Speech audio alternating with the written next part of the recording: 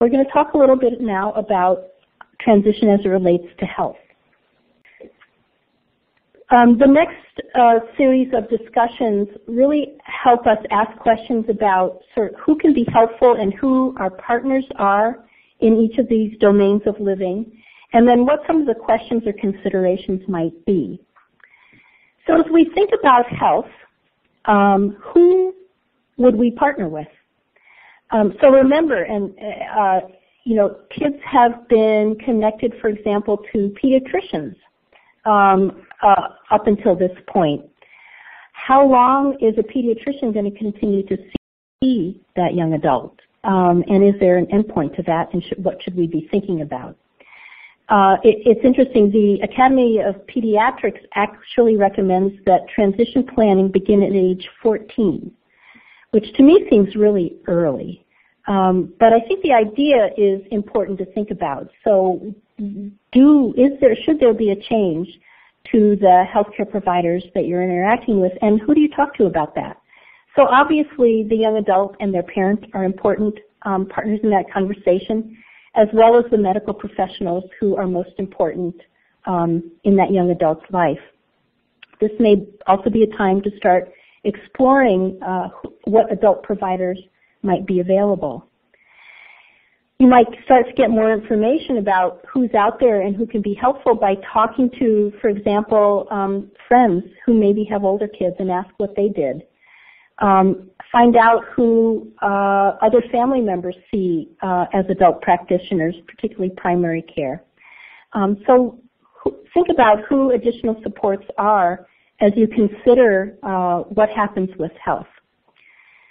So let's talk a little bit more about health transitions. This is certainly something that I was completely unaware of until I really started learning more about transition. As I said, pediatric providers don't expect to be providing, nor are they trained to provide health care to adults. So for those of you who might be seeing a family medicine provider, you don't necessarily have to have a transition in primary care because family medicine sees people of all ages. But if you're seeing a pediatric provider, then you need to be thinking about how do I find an adult primary care provider as my child gets older. Also need to be thinking about specialty providers. And I know for many of us who have kids who are medically involved, this can be really scary because there aren't always adult providers who have experience in the disabilities that our kids have. Kids with disabilities are living longer and longer with rarer and rarer conditions. So it's a really important discussion to have both with your primary care provider as well as your specialty providers to find out, do you feel like you can continue to provide care for my young adult? And if not, who would you recommend that we talk to about providing care as they move into adulthood? We've already talked a little bit about powers of attorney and advance directives, so I don't think, again, this is a time to begin to have those conversations. Something else to be thinking about as you think about transition to adult health care is how is that voluminous information going to be shared with adult providers who've never met your young adult. So there are tools available they can be portable care plans, emergency care plans, comprehensive care plans, medical summaries. These are all things that you want to talk with your primary care physician about how are we going to share information about, and your specialty providers, about this young adult with a new provider, and what tools do they have available to them. There are also some really interesting online resources that allow a family member to fill out a comprehensive care plan that you could then use to transition that information. And there's two resources I'd like to particularly draw your attention to. One is called My Health Pocket Guide. Both of these are resources available through the Wason Center.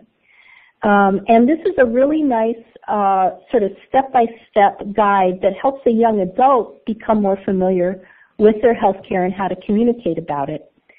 And then the other one is called Transition Healthcare Checklist, Preparing for Life as Adult. And again, this has information about all the domains of transition, but in particular, has a focus on transition as it relates to healthcare. We have hard copies available in Madison, and they maybe by the third session will be available at other sites as well, but we'll also provide an electronic link to these resources. Something else to ask your doctor about is what their role is in helping coordinate care and in helping transition your young adult's care to somebody else. And some of the terminology related to that is, does your provider work within the context of what's called a medical home? Medical home is not a place, but a way of coordinating care. And or is there somebody in the office that can assist with care coordination? Something else to be thinking about related to healthcare is the development, support, facilitation of self-advocacy skills as it relates to healthcare. So up until now, families may have been really involved in everything related to that young adult's care. But I know as I thought about things my son needed to be able to do, even while he was in school, it became important that he begin and develop the skills to communicate his needs to the adults who were helping to support him. So for example, if he was physically uncomfortable, if he needed assistance with incontinent care, if he was in pain. I had that role when he was very young, but as he started to get older and he wasn't with me all the time, he needed to develop skills on his own to communicate some of those things. So this is a really good time to begin to think about how to develop and support the acquisition of some of those self-advocacy skills related to healthcare. So for example, is the young adult, do they know what their disability is? And are they able to explain that to someone who might ask them about it? So the more people are in community settings, the more strangers may be asking questions of them. Can that young adult fill their own prescriptions? So particularly as you think about independent living, when that young person is no longer living with their family, if they have a need for prescription medications, are they going to know when they need to order them? Are they going to know what they are and how to get more? As I said, expressing needs to direct caregivers becomes increasingly important. Young adults could also practice setting up appointments, particularly if there are appointments that are routine, that require care on a regular basis. It might be something that they could start to practice to do at the next appointment. Another thing to be thinking about is our family members as well as medical professionals providing health information in a way that young adults can understand it. At a very basic level, are medical professionals addressing young adults directly? So for example, at the next doctor's appointment, if you find that the doctor is always talking to the adult in the room, the parent, then the parent might say, you could direct that question to Stephen or Jane or whoever, and start to try to transition, and you may have to model that for the adult provider, that interaction directly with the youth, and then help that provider do it in a way that's understandable. And one of the ways to think about acquiring some of these skills is through, role playing. So if the young adult, for example, is going to make their next appointment with the doctor on the phone, maybe you could practice that ahead of time and very step-by-step what they need to know and how to make the phone call. If they use an augmentative communication device, you might want to program that device ahead of time so that they can try to negotiate that.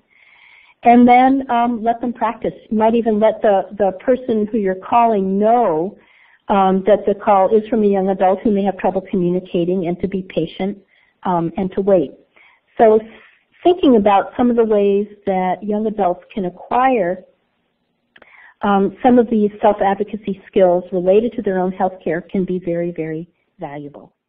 And again, there are a wide variety of additional resources available to you as you start to think about this.